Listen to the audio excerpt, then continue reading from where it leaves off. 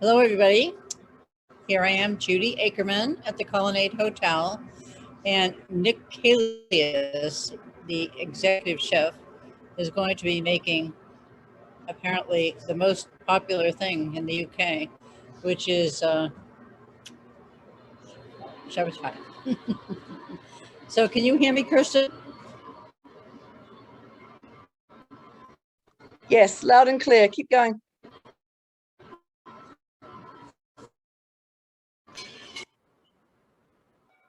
Okay. Nick and I started this series when he made beef Wellington, and that was really, the internet connection is unstable. That's great. And then after that, we did fish and chips. We did sticky toffee pudding. And so now here we are. So I will turn the computer around so you can see Nick. Hello, how y'all doing? Yes, sir. How y'all doing? Welcome to Colonnade. So, see me all right? I don't know. Kirsten, can you see Nick? Judy, we can see him, but he's like a tiny figure.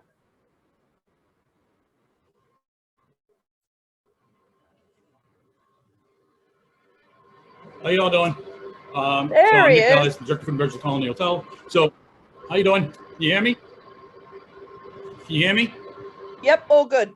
Excellent, excellent. So we're gonna make a classic dish, shepherd's pie, more of a peasant dish. So we're gonna kind of go through all the steps of it.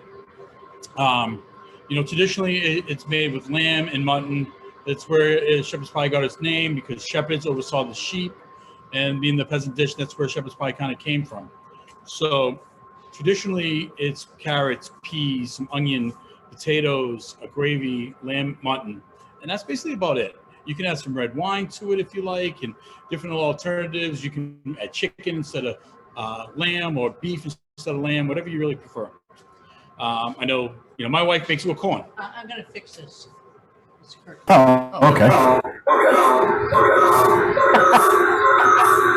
Whoa, what's that?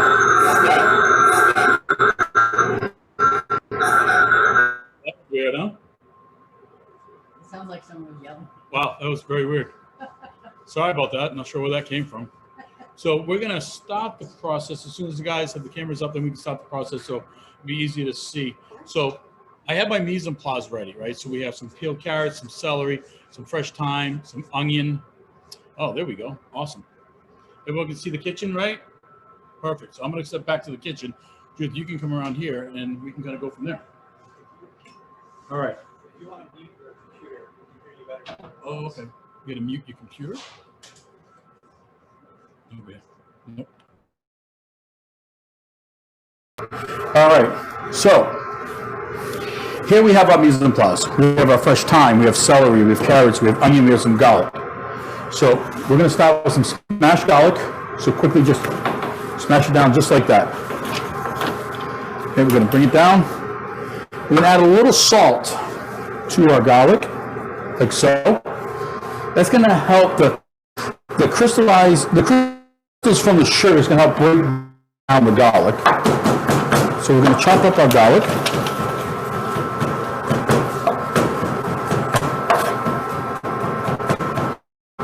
Like so. That's all we kind of want to do with it. We're going to set that aside. So here we're going to take some onions. We're going to dice our onions. A small dice is good. Careful, make sure your knife is nice and sharp. Little trick for onions: if you don't want to cry, breathe through your mouth, not your nose. That really? Yeah. They used to make us put pencils in our mouth at commerce school. Right. That way you wouldn't cry. But it kind of helps. I don't know if it's a myth or not, but it kind of helps. So we have our onions already cut now. So I have some pans already getting hot here. We're going to add our onions and our garlic, because I want to kind of caramelize that a little bit and get that going.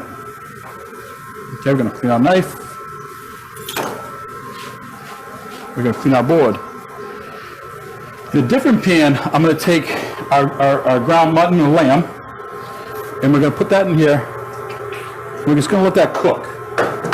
Okay, get a little hotter. It's starting to sizzle a little bit. We're not really looking to brown it a lot, because it's going to kind of stew almost. All right.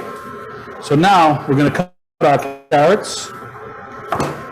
So we're going to do a nice little dice on the carrots.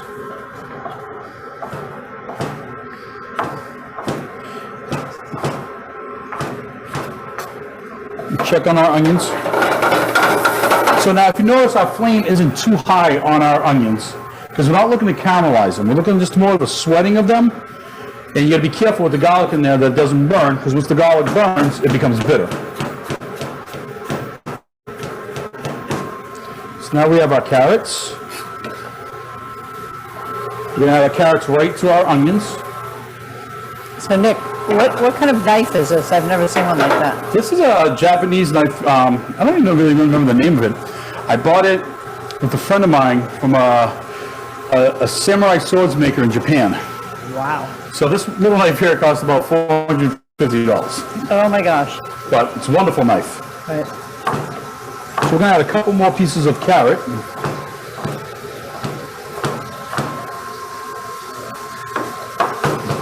Okay, I'm just going to dice that real quick. Right, and that's going to cook. Again, we're going for the whole sweating. As you can see, we're going to be sweating that a little bit. You can see that at all. We're not looking to get much color on the onions. Then we have our celery that's been washed. Now, celery is not all that traditional in there. I just like the earthiness of the celery and the mirepoix that really, I think, complements the shepherd's pie. So we're going to break out our meat a little bit. And I'm doing two separate pans for main reasons. I want to kind of get the fat out of this. And I don't want the fat to make my gravy greasy. So a lot of times you can take the fat, put it into another pan, right? And then you can add make it almost your roux. So you can add your flour and stuff that you use as the fat instead of butter. Right. And kind of make your roux to thicken your sauce or to your gravy. So when you're making your shepherd's pie, you have your gravy, which is a brown gravy. So it's beef bones reduced down and roasted. It's a long process. Beef stock takes about 6 to 7 hours. Reduce that down with a roux and cooking that through, and you make what's called like an espagnole, which is a French term of brown sauce with veal sauce. So it's kind of what we would use. So we have a sauce already made because we don't have that much time.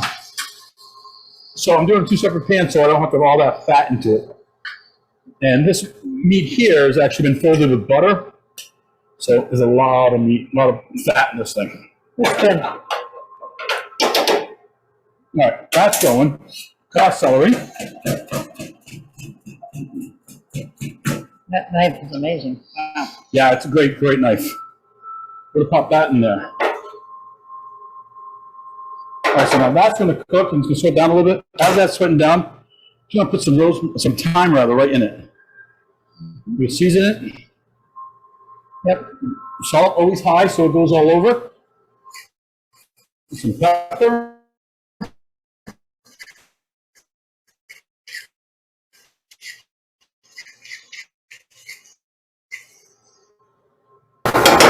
Now, if you wanted, you could add some red wines at this point if you really wanted to it.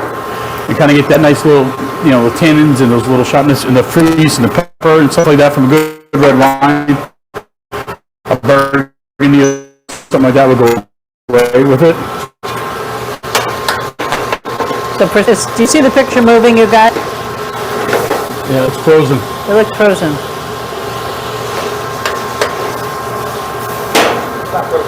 Oh, it's not frozen for them. Just for you. Perfect. Okay. Is it frozen for everybody else? Whatever. No, that's okay.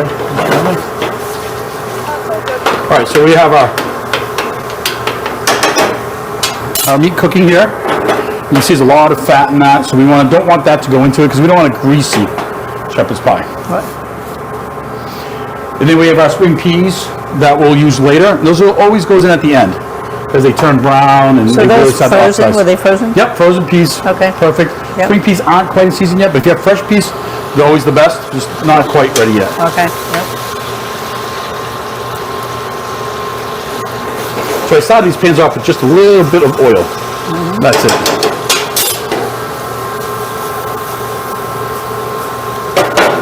Now the meat only has salt and pepper. That's it. Nothing else in it yet. Because everything's going to get seasoned along the way as well. All right. Let me grab a slotted spoon. So I have a slotted spoon. So So at this point, I'm going to take our meat out. We're going to put right into here, into our vegetables.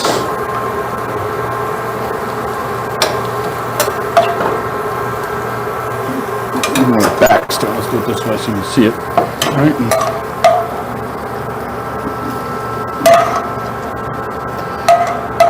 I'm gonna add a little bit of the fat, just not all of it.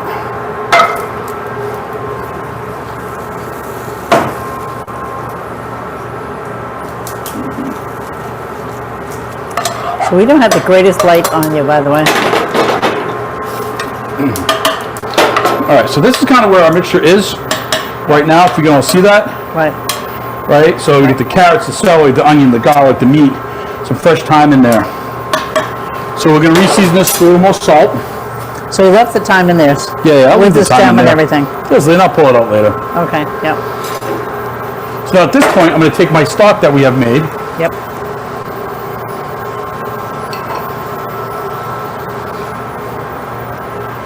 We're going to pull that right in there.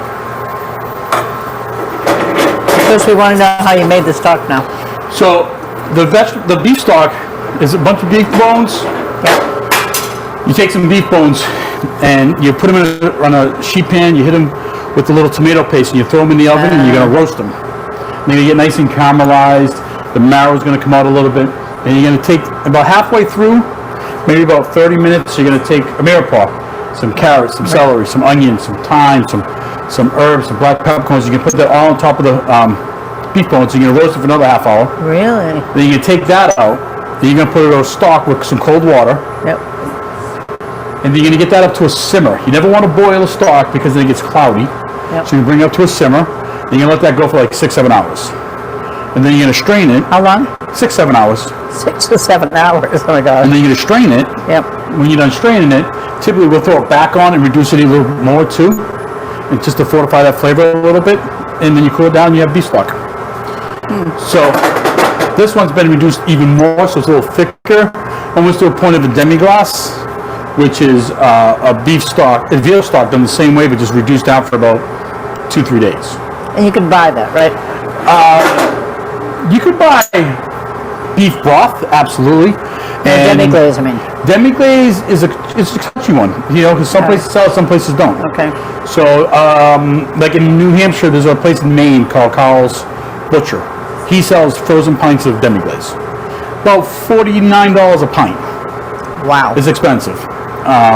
Because you buy like 300 pounds of veal bones for us, and we would make 10, maybe 5 gallons of stock. Stop it. 5 gallons of demi-glaze. 400 pounds. Yeah, so about 300 pounds. Yeah, and then you get probably about maybe 5 gallons of demi-glaze, because that reduces down. Then you take it out, you reduce it down even more, and it really gives a really thick, eccentric, rich sauce. So now this here, as you can see, we're just going to cook down a little bit. Right. We're going to let that cook a little bit. Right. Then we have our vessels here that we're going to be putting them in. So do you ever use soy sauce instead of salt? Soy sauce? I don't. No. Soy sauce I keep to, things that are more the Asian side for me. Right. Rather than okay. things like this. And you don't use Worcestershire or anything like that? Worcestershire would go great in here, absolutely. Yep. Worcestershire, Tabasco, some acid, some lemon would go good in there. I just like to keep it really simple and straightforward. And no tomato. I don't put tomato in mine, no. Okay. Now, there's tomato in the veal bones, Right.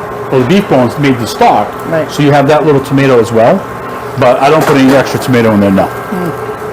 And then we top it with mashed potatoes. Simple, so I'm a little OCD when it comes to mashed potatoes. I like them very smooth. I don't like lumps at all in my potatoes. So typically we'll make mashed potatoes, we'll boil Yukon potatoes, and then we'll rice them, and then we whip them, and then we fold in hot milk and butter to make them really smooth. Right. Because I'm just never been a lumpy potato type of guy. Right. That's good to know. So at this point, Right. we can take this. Actually, you know what? Yeah, I'm going to do it this way. There's a reason why I was going to change my mind a little bit. But we're going to take our time. We'll place our time there. So So I'm going to fold the peas into this. Okay. Since they're frozen peas, they're already cooked. Right. Right, so you have a nice gravy in here already. Yep. And it's hot. So I don't have to worry about... So it looks a little, I would think a little liquidy. See, I don't like mine too thick myself. Okay. So we're going to do this one, and then we'll reduce this one a little bit more. Okay. We'll see the difference. I like mine because it's going to bake. Right, so we're going to take this and we're going to bake it now with the potatoes. And it'll thicken as it bakes. Okay, so you put the potatoes on this. Yeah, we're going to put the potatoes on that. Okay. And then that's gonna bake. So now we can take this, we can reduce this down more, and it'll get thicker. And we can see the two differences. Okay. All right, let's try the potatoes, shall we?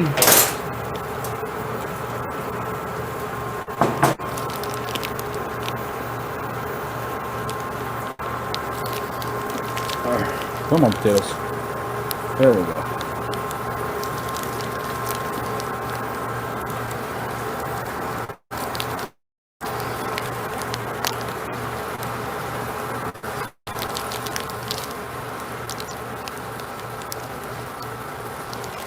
All right, Is this too hot? take that. Nope, Okay. not at all. Okay.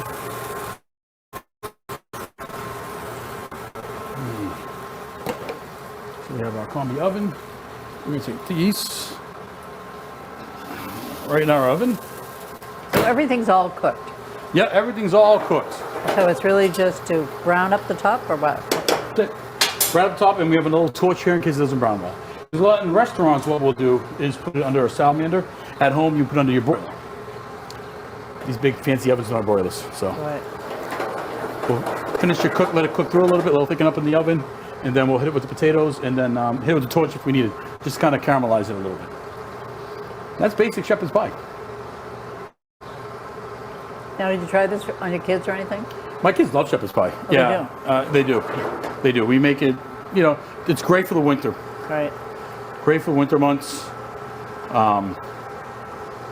It's easy to make, so it's not a hassle. Like my wife will, make some, and Right. it's just easy. So what else could you serve? I know all the vegetables are there, but what else could you serve on the side? Oh, on the side, I don't know if there's anything I would do with it on the side, but you can change out vegetables. You can put rutabaga, you can put turnip, you can put parsnip in there. Besides your carrots, you can do squashes, acorn, butternut, pumpkin would go great in this. Really? You can change your meats. You can do chicken. You can do veal. There's endless ways what you could do with that dish. Mushrooms. What about mushrooms? Yeah, mushrooms. Absolutely. The earthiness of the mushrooms would be great. So there's so many different variations that you can do with a shepherd's pie. It's really whatever you want to eat. I mean, you can make chicken, spinach, kale, mushroom, those pistachio nuts in it, raisins. I mean, you can really, whatever you really, it's a good way to kind of clean some things out too. So much like if you're making a soup at the end of the week and you throw everything in Yeah, there. you can do whatever you want with it. It really is. It really comes down to it's anything you really want in it. Classic is this, right? But it's your own interpretation, really. So you would never have like mint jelly on the side or anything? Mint jelly? No. I personally no. I don't know if that's I a was thinking thing. with lamb. It's kind of a Lamb? lamb. Oh, especially I'm a Greek. I don't do mint jelly on my Oh, lamb. you're Greek. I never knew that. Yeah, we don't do mint jelly on our lamb. A little oregano, a little lemon, a little garlic, and we're happy. Mint jelly? No. You don't get welcome back for dinner at that one.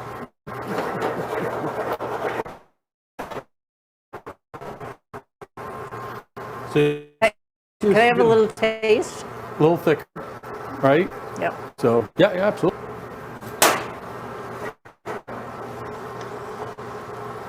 Oh, wow. Woo! So good. Right, so this one's a little thicker now. Right, so we're gonna do the same thing with our potatoes.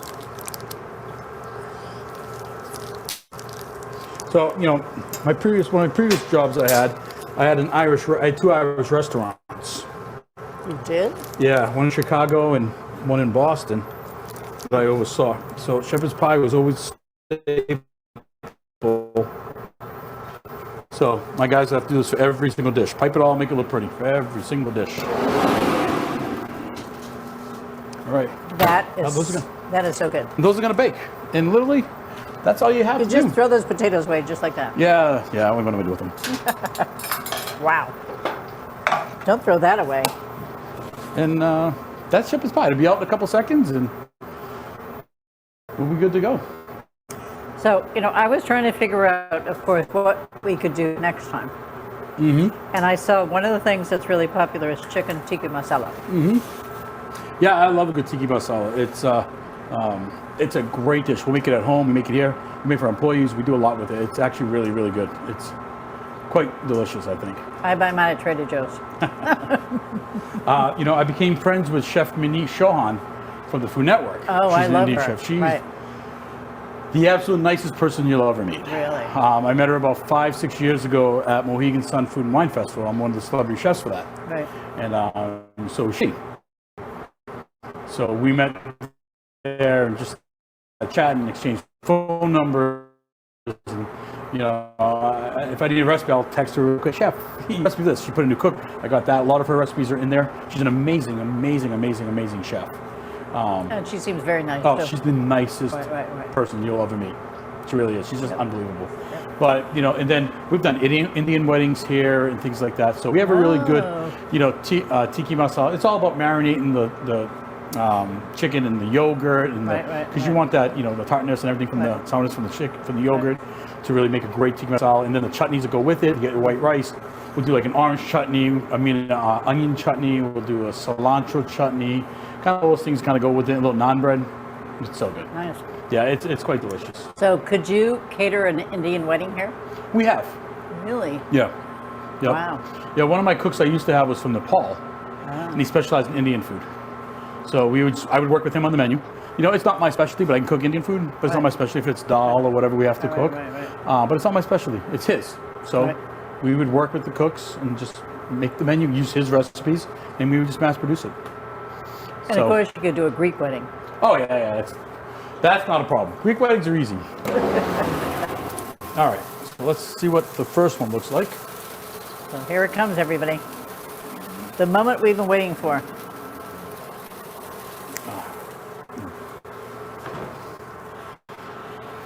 Now, would you ever put paprika around there or anything? No, if anything, I would just put some chopped parsley myself. But here we're just gonna take some of our time, because I'm a big thyme guy. I like thyme.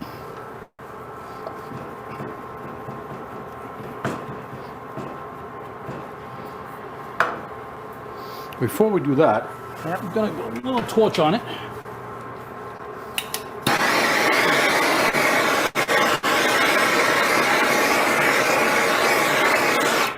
That was easy. Yeah, they're very helpful, very handy. We put a little thyme in there. So I have to mention, I think I'm involved with La Dame d'Escoffier. Oh yeah. And we had 2 of our big dinners at the Colonnade that Nick prepared with a huge staff. Yeah, those are always fun dinners. 8 courses with wine pairings. Fabulous. That looks wonderful, Nick. And that's our shepherd's pie. That's it. That's it. It's that easy. It's all about, having a shepherd's pie is always one of those things that having your product done before, have your stock made, have all your stuff that you need, and have everything ready. After that, it's a real quick dish. It's a really, really quick dish. But it's about having everything, it's all steps before it. The biggest thing is the gravy, having that I was done. going to say the mashed potatoes. The mashed potatoes, yeah. That's, you got probably about 40 minutes just for mashed potatoes. Right. Peel them, cut them, cook them, mash them, rice them. And people don't have to be fancy with the... No. Well, I always suggest using a pastry bag, always. Really? Yeah, but because you want to be able to pipe it, and if you're going to put it on hot, if you try to put it on and spread it, it's not going to work. Right. So you kind of want to put it on nice and hot. Right. And then, and that way you can pipe it.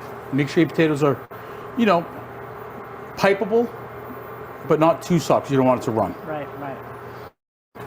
I could You see. can top it with some cheese if you want. You can do I anything could you see want. it could be a big mess. Yes. Yes. What's Judy? she saying? What's on? Never mind. Judy, we have a question from the All right, chat. take the other one out. Now this other one, I didn't put peas in. I don't like peas. Oh, you don't like these? I don't like peas personally. Oh, okay. So I wouldn't eat that one, but I'll try that one. Okay. So again, we're gonna take some thyme. Right. take our torch. Right.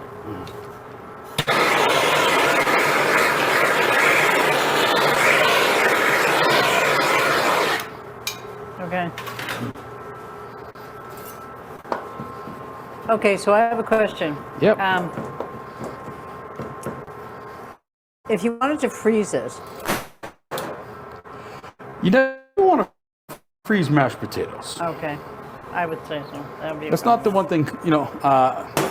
You can freeze if you're gonna freeze something. If you're gonna make shepherd's pie to freeze, I would freeze the base, Right. like the meat and the carrots and all Or that you can stuff. put it together. That's Yeah, something. just don't put the potatoes on. Right. Okay. I mean, if you're in a hush too, you can use instant potatoes. Right. It's not gonna be the end of the world for that. Right. So did you hear that, everybody?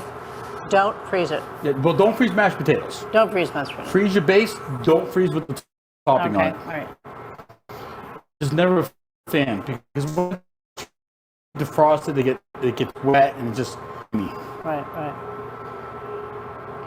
So are we going to be able to taste it? Sure. I'm such a foodie now. There you go. You going to try it? Well, we'll see how you like it first if I want to try it. Yeah. Yeah. See, I do mine without peas because I don't like peas. So I try to do without It's all peas. about the gravy. I like the fact that it has texture too, the carrots. Yeah. See, when you're cooking those carrots and stuff like that, you see I cook them quickly. Right. I don't like mushy vegetables. So I want it cooked. I want to still bite to them. That's probably maybe why I don't like peas, 'cause it's too mushy for me. You know, carrots, I don't like carrots cooked. I like them. I like everything al dente. So I want everything to have a bite. So when you're eating something, there's got to be a mouthfeel through everything. Right. Your mouth's got to be textures going through there. Smooth, crunchy, sweet, salt, So sour, all those parsnips things. would work for that too. Parsnips are great because they're sweet and they're crunchy. Right. It's a lot of different things on your tongue that you're looking for. Yeah. So I always try to cook my vegetables under a little bit, always. And then it's going to bake, but you still going to have a bite to it. Right. Because we want me and How long? 7 minutes. 7 minutes. Yeah, because everything's hot, right? Right, So right. typically your potatoes will be hot. You're just cooking them through. Right. True. So And you don't want the carrots to get mushy or anything. no, I want everything to be nice. I still want a mouthfeel. Right. Very, very important. Delicious. You guys probably want to taste, right? More spoons here, guys. You could take one of these home, Nick. See what my wife's cooking first. Wow. Okay. I could get carried away talking with Nick about cooking. So I think you should also mention about the fun thing you did recently with Guy Fieri. Yeah. So I was down in Miami at South Beach Food and Wine Festival. Guy Fieri did a Diners, Drivers, and Dives live show. First time ever. Because the Food Network basically has taken over the Food and Wine Festival. So a very close friend of mine, Jay Hodge, owns Mike City Diner on Washington Street down in Boston. And he's probably on about 14 of Guy's shows between Diners, Drivers, and Dives, Guy's grocery games, Guy cooks at the ranch. So they invited him to cook, and he's like, hey, you want to be my plus one? Yes. What a thrill, yeah. Yeah, so we went down there, me, myself, he, and two other guys, one from Colorado and another buddy of his from up here. And, you know, we made lamb shawarma for 2,500 people on the beach. 2,500 people. 2,500 people. So it was a lot of fun, though. I did a lot of cooking that day. A lot of cooking that day. But it was a good time. You know, you get to see all the other Diners, Drivers, and Dives, because that's my favorite show. I could watch that all day long. But you got to meet a lot of the chefs that were on the favorite episodes. You know, Benny Lynn from Alaska, Shane from California, and then we have, you know, what else? We had Stretch from Florida, the Pete. We had George from Florida. So you have all these chefs from all over the country. So a real family. Yeah, and they all really kind of go together, and you get to meet them, hang out with them, and you know, then you instantly get into their family, and then you're just hanging out, and you know, you're texting each other now, and you're Instagramming each other, and it's a lot of fun. So Guy seems like a nice guy, does he? Yeah, Guy was great, and his son Hunter was super nice. Right. Chatted with him as well, who just, you know, signed his first contract with the Food Network. He's gonna have his own show. No. Yep. He's what, like 20? Yeah, 22, 23, something like that. No kidding. So he's gonna have his own show now, and and then Ryder will be the next one. what's that? His other son Ryder would be coming up. Yeah, when he's old enough, I guess, right? Right. Yeah. So guys, I met Guy a couple of times. I was on Guy's Grocery Games in 2015. You were? Yep, in 2015. Wow. Dueling Dads. So I've gotten to meet Guy a couple times, and hang out with him a little bit. He's a super nice guy, and what he's done for the Colony Field has been really great. It's really opened a lot of people's eyes. Right. He's kind of become the face of the Food Network. True. Before it was the Bobby Flay. he has so First many was the Emeralds, right? Right. So we have so many programs. Yeah, but when we first started, you remember the show Great Chefs of the World? No. Great Chefs of America. Guy named Jonathan Soup started that back in, 80s, maybe even earlier. And Jonathan lives in New Orleans. I met Jonathan probably about 15 years ago. He was at Brasserie Joe, and we were chatting, and he knows Brasserie Joe. Joe. I know. Were you there? Brasserie Joe? Yes. I ran it for 15 years. No. 14 years, yeah. So I love Brasserie Joe. MG. So, Of course, Brasserie Joe, of yeah. course. What am I thinking? Yeah. I don't know. But, so when I met Jonathan and Right. we chatted, and I was in New Orleans for an event 10 years ago, Right. and I met up with Jonathan again. And he kind of took me through a studio, because I used to love Great Chefs. That was the Food Network before it was the Food Network. Right. So we kind of, went through a studio, and he had all these VHSs of like Emerald, because Emerald was his big guy on Great Chefs. Right. Well, how Food Network started was with Jonathan Soup. So Jonathan, they called him up, said, hey, we need a chef to kick off this new network we're starting. It's called the Food Network. Who do you have, or who do we work with? He's like, you got to take this guy, Emerald Lagasse. He's fantastic. So Emerald just opened his Emeralds, NOLA, and he became the face of Food Network. Signed, I think he said it was like a $5 million contract, first contract. But he's from Providence, right? Yeah, New Bedford. Fall River. Right, yeah. So he became like the face of the Food Network. Right from that, and he took some acting classes, because you can see the difference between Essence of Emerald show to the live show. Really? Emerald Live was one of my favorite shows growing up. But Jonathan actually, if you go to Great Chefs of the World or America, and you can type in my name, I'm on this website now for Great Chefs of America, which for me was a huge thrill, because I grew up watching that show. And Jonathan's the nicest gentleman. So you started with that, and then you had the Bobby Flays of the world, who is still, an amazing chef. And then Guy Fieri, who just took over, and he went on the next Food Network Star, which he won, Right. on a dare from a friend. What? Yeah, his friends dared him to, so he finally did it. No. And now he just signed an $80 million contract with the Food Network. So I think it worked out well for him. I would say so. Yeah. He must make a fortune. He just signed 4-year, $80 million. That must be nice. Must be nice. He has a couple of restaurants in Two of them. Boston. Yep, he has the taqueria at the Garden, and he has a Guy's Kitchen in the South End. But he has the other one where Exploratory was. Is that Guy's Kitchen? What is that one? Maybe that's Guy's Kitchen. That might be what Guy's Kitchen was. Right. Or maybe it's South End. Maybe it's that way. I didn't know really well. I thought it was South End, but yeah, he has Guy's Kitchen, and he has the one at the Garden, the taqueria. Right. Yeah. So I haven't been to the new one yet. Been to the other one. And then Gordon Ramsay. Yep. Yeah. Yeah, I know a lot of people that have been on Hell's Kitchen. A lot of my friends have been on the show. They all have nothing but great things to say about him. But I mean, whenever you bring a Michelin star chef like Gordon Ramsay, who has more Michelin stars than anyone in the world, to Boston, combined Michelin stars, he has like 23 Michelin stars. Wow. It's a game changer, right? And I think personally, the restaurant would do well. I haven't been yet. My daughter really wants to go. So when she gets out of high school this year, when she gets out of her freshman year, we'll probably bring her down. It's hard to bring everyone down when they're in school, but the popularity of his TV shows, the Hell's Kitchen, the Uncharted show, the Kitchen Nightmares, all those different things, and Next Level Chef, Master Chef, Master Chef Juniors, I know, right? that will bring a different crowd in. Daniel Boulud was in the Mandarin for years. I know, I remember. And it didn't do well. Right. Because Boston is one of those cities that their celebrity chefs are chefs that are grown here. Jason Santos, Ming Tsai's, Ken Oranger, Gordon Tiffany, Hammersley's. Karen, Joanne Chang, Gordon Hammersley's. Those are what people identify as a celebrity chef. Right. So when other chefs come in here that are from different parts, Jean-Georges came to the Westin only lasted a year. Danielle, a couple years. Because they don't care. Right. You know, we want our homegrown people. Where Gordon Ramsay, I think, differs is he's so broadline, where everybody knows who he is. Right. He's on TikTok, he's on Instagram. He's making himself approachable. Right. I think more people will try his restaurant. Sure. So we'll see how that goes. I don't know. And did Wolfgang Puck open around here too now? But Wolfgang Puck is at the Museum of Science. Oh.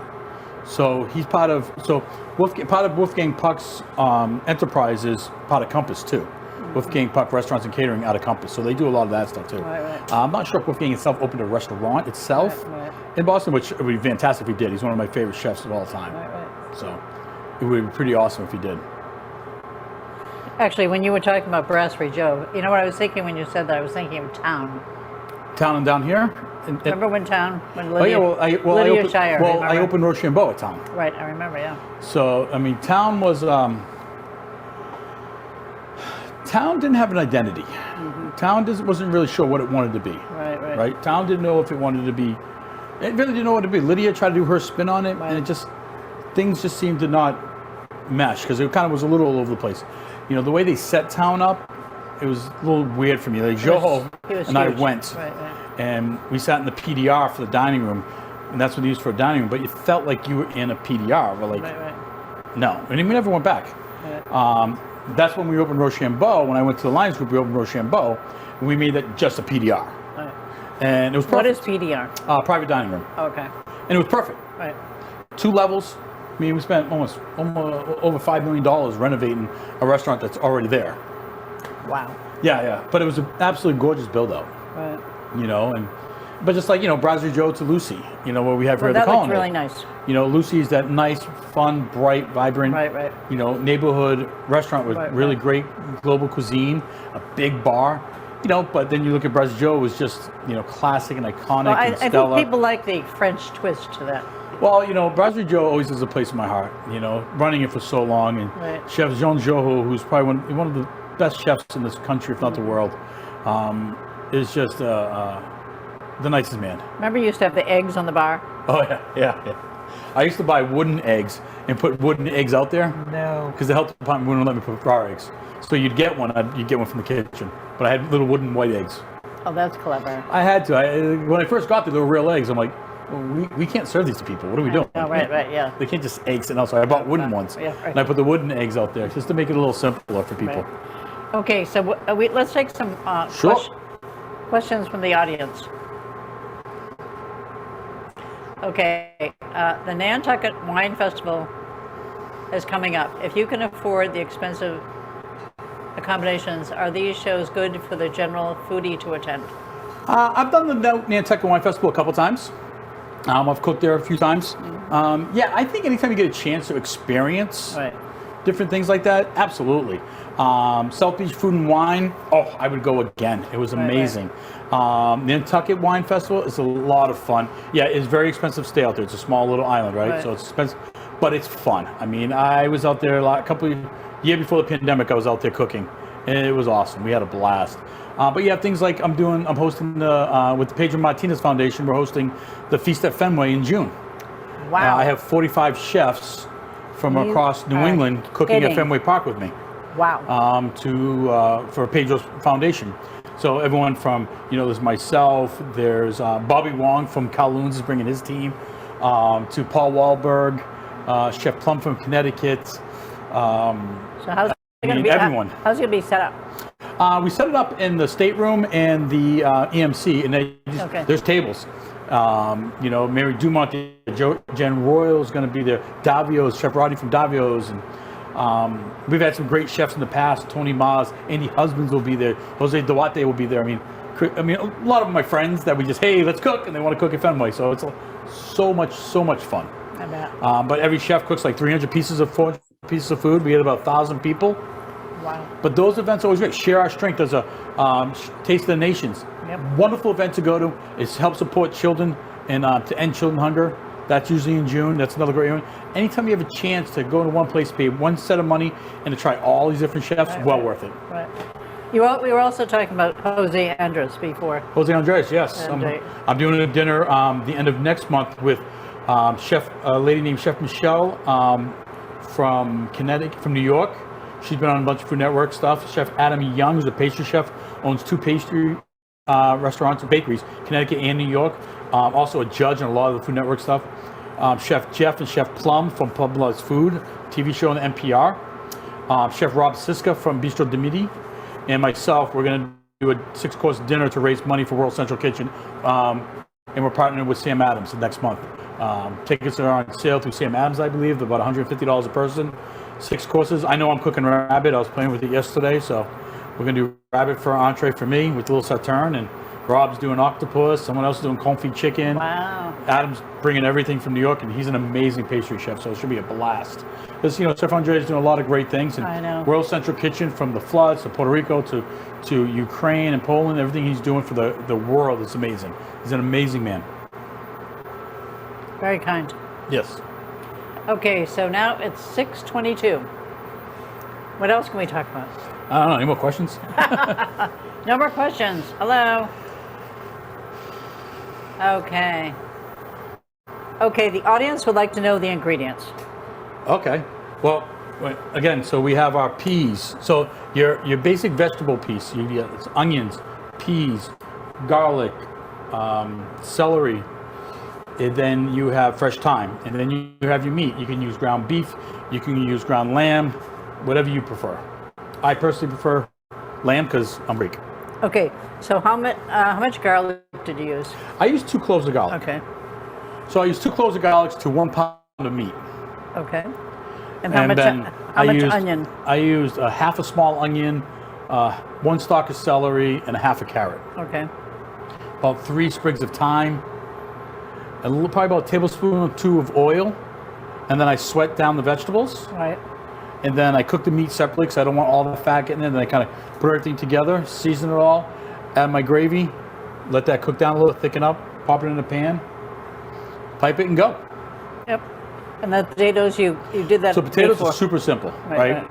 Again, I am very big on no lumps. So, and if you're going to pipe them, you don't want lumps anyway, right? So it's Yukon potatoes. And you start them in cold water. Don't start your potatoes in hot water or warm water, because once you start them in hot or warm water, it releases the starch, and they get extra starchy. You don't want that. Right. So boil your potatoes, cook your potatoes down. On a separate pan, I heat some milk and some butter. Oh, you heat it. Yeah, I heat it. Oh. I don't like to put the cold into it because I think it kind of seasons up a little bit. Right. And then I rice the potatoes. Right. And then I whip the potatoes and I add the milk and butter to it, season it, salt and white pepper. That way I don't get the black specks. Mm-hmm. Pop it in a pastry bag and you're good to go. Okay. Okay. So whipping the potatoes, you just do it by hand? I use a mixer. I always use a mixer, right? Okay. So if you're going to rice them, Right. so I always use a ricer. Right. You can use a crank ricer, you can do a push ricer, whatever you want. And then from that, I pop it into a mixing bowl and just let it go. Okay. And you don't want to get too long, so you don't want the starch to really just get gooey and gluey. You know, you want it gives that glue consistency. You just want it nice and fluffy and light, and that's it. Well, I thought the consistency was really good here, because all I could picture if I did it, they'd be like too watery, or they'd sink into the gravy. Yeah, or well, something. that's important. Especially when you're making something like this where you put it in a hot liquid. Right. You need the right consistency so you can pipe it on and just hold it. Right.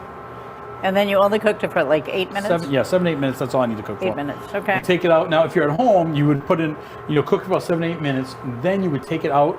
You would turn your oven to broiler on high and put it under your high broiler and let it just brown. We don't have that luxury with the combis, so I just do a little torch. Right. Garnish it with a little parsley or a little fresh thyme or chives or anything like that. You can even put a little cheese on it if you want, and toast the cheese. Okay, I just want to ask, let me think. What about the gravy? What's in the gravy? So that's basic beef stock and roux. So you can buy beef stock. If you're doing it at home, buy the beef stock. Save yourself. Buy a good beef stock. If you can buy a demi-glaze at a butcher or something like that, I would buy a demi-glaze. And then you're gonna heat. Now I would take some of my fat from my meat, and I would use that for my roux. Right. Add a little more butter if needed, and then cook your roux. Roux is gonna take 20 minutes to cook out, just your roux. You're gonna cook the flour out of it.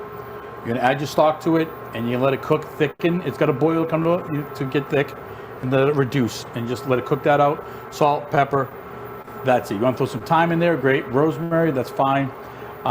If you're using already pre-made stock, you don't have to add mirepoix, things like that, because you already have that into the other piece. Right. And that's it. So you're not using garlic powder, onion powder? No, I don't typically use powders in my stock. Right. But when I'm making the bones and making the stock itself, there's black pepper in there, there's bay leaf, there's some garlic in there, there's mirepoix. All that stuff I want in that flavor is already in there, and it's condensed and reduced down to a small stock. So I don't need to add it again because I also have that in my my shepherd's pie as well. Right. So I don't need as much. What do you do with the bones when you get done? Give them to the dogs. Toss them, typically. What? Typically toss them. You nothing to do with it afterwards. No, really? Yeah, it's cooked down. There's no. What about the marrow and all that good That's stuff? already cooked out. Oh, it's already cooked out. Yeah. Okay. Okay, so I just want to, in closing, I just want to ask you about Lucy. Because we all love Brasserie Joe. So tell people what Lucy really is like. So Lucy is our, we like to call it a neighborhood restaurant, right? So it's a big center bar. It's really great global cuisine menu. So we have everything from, appetizer. We do a crispy rib with the black garlic soy glaze. We do a Mexican arancini. We do steak tuna tartare. And then we have, coming up, we're going to have crab cakes, things like that. Basic salad, nice salad, Caesar salad, a sesame crusted tuna salad on Napa cabbage and apple. We do a arugula salad, a Mediterranean salad, which is like my version of a Greek salad. And then, we have pizzas, we have some sandwiches. Right. We have a great vegetarian sandwich. We do a sweet and tangy buffalo cauliflower sandwich, burger, which is great. But for our entrees, we kind of a little bit all over the board. We do a chicken Milanese, our steak frites. You'll see some homage to Brasserie Joe. Right. We have the mussels miniere still. Right. We have the onion soup. We have our steak frites. But then we have, a barbecue balsamic pork shank with grits and collard greens. We have a chicken Milanese. We have a pasta bolognese. We have a pasta alla vodka. We have a carbonara. So we kind of, a little gamut of everything. Summertime's coming. We're going to have lobster rolls, and we're going to have some different little fun, more playful dishes. But it's really a good scratch kitchen, really good food, big bar. It's meant to be more of a global cuisine, but more of a neighborhood feel. Where Brasserie Joe was very classic, tuxedos, duck confit, coq au vin, chateaubriand, the good classic French food. Right. It's also here for hotel guests. Yeah, we're open dinner Tuesday night through Saturday night for everyone, hotel guests, regular, leisure people walking in, breakfast 7 days a week, and brunch on the weekends. It's great. It's really, it's been a fun transformation from Brasserie Joe. Right. Miss Brasserie Joe, because it's that old, cliche of, I know. of what it was. It's just really hard to miss, the profiteroles and the chocolate mousse and the crepes. I know. So when you have a good thing, why do you change it? Well, I mean, it was there for 22 years. Right. Everything else around you is changing. Right. At some point, you got to make that change. Right. So, and it's hard to do it over the pandemic. That's true. If we kept Brasserie Joe open and the pandemic happened, we probably would have stayed open for takeout and things like that, because you already had that name, Brasserie Joe. Of course, yeah. And we're like, I can call Brasserie Joe, I can get roast chicken, or I can get ham and cheese crepes, or whatever, right? That's true. So it was really a tough decision to make, but, all good things come to an end. Right. And you also have a rooftop pool. Yeah, rooftop opens in May 27th, I think. 3 months of full restaurant up on the roof, full bar. Full restaurant. Yeah, full restaurant, full bar up on the roof with a lot of shade lounges, full cabanas. Wow. Next year we'll be doing a renovation. We're going to add another 4,000 square feet to the roof, nice and big. We'll do a lot more catering events up there, and it's a thing. It's a process. You hire a staff of 25 for 3 months. Right now, staffing's it's a tough one still. So if someone wanted to have an event there, how would that work? You call catering and see if what kind of a date it is. Like we try not to do any events like July and August because it's just too busy. Beginning of June, I'll do events. September, I'll do events, but it's expensive. Your minimum is at least $25,000 to rent the pool. So we have cabanas where people do small little things in the cabanas. 6 to 8 people, maybe 10 people max. Right. But for the whole pool, someone says I really want it July 18th. Right. Okay, it's $35,000. Wow. Just because you have hotel guests that come here. Of course, yeah. They spend $800 a night. What do you tell them? To more, the pool's closed. They're like, wait a minute, I booked my room $800 because I wanted to be at the roof, Of course. and that was closed. Yeah. So it's not worth it. Right, It's really right. not worth it. It's one of those, you know what? Let's just say no, let the hotel guests enjoy it. Right. For the most part, we're open to the public only a couple days a week, Monday, Tuesday, Wednesday, that's it. The rest of the time it's hotel guests. You know, if we see it's gonna be a busy day, the hotel guests, we'll close it another day. Right. You know? Especially if it's hot or something. Oh, yeah, I mean, 4th of July, it's, a lot of people pass through there. What? A lot of people pass through there. Oh, they said passed away. Oh, no, a lot of people pass through there. Hundreds. I mean, it's, I bet. yeah, and it's So only if you're not a guest of the hotel, can you go up there? on Monday, Tuesday, Wednesday only. Okay. It's $60 to get in. Okay. But, you know, we hold the right to say, you know what? No, we're good. Right, right. Because sometimes we know it's going to be a nice day out. We open the pool at 9. You know, previous years we'd open at 8. By 8:30, I'd be full. Right. Can't take any more people. Right. So, you know, so we hold the right to close it to the public whenever we have to. Right. Because our hotel guests are first and our residents are here. They're first as well. So we try to make sure they have a place. And then if we have extra room, then great. If not, it is what it is. Okay. Let me see if there's any other questions. Nope. I guess the gravy was the last question. Anything else people want to ask?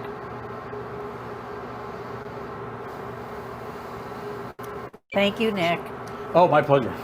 And we want to thank the film crew over here. Thank you for doing such a good job. Thank you, guys. And we'll hope to see you next month. Bye. See ya. Woo! We did it. Okay, guys, want to taste it? Well, thank you so much, Pat. This was just a